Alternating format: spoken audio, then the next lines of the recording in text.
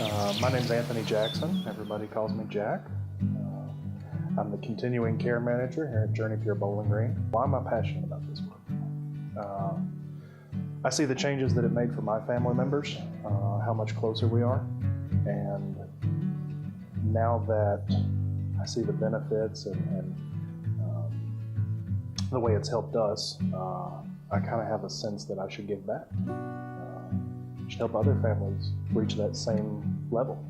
As a therapist, during individual sessions, the goal is to identify what aspects of the patient's life they are motivated to improve, what ways they want to get healthier, and we start addressing those.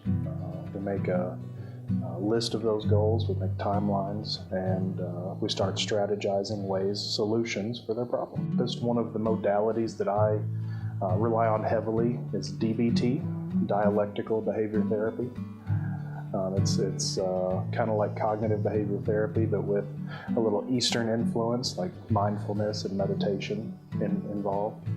I incorporated it after I learned it into my life. I see that it works, so I'm passionate about teaching it to other patients to help them with their life and their crises.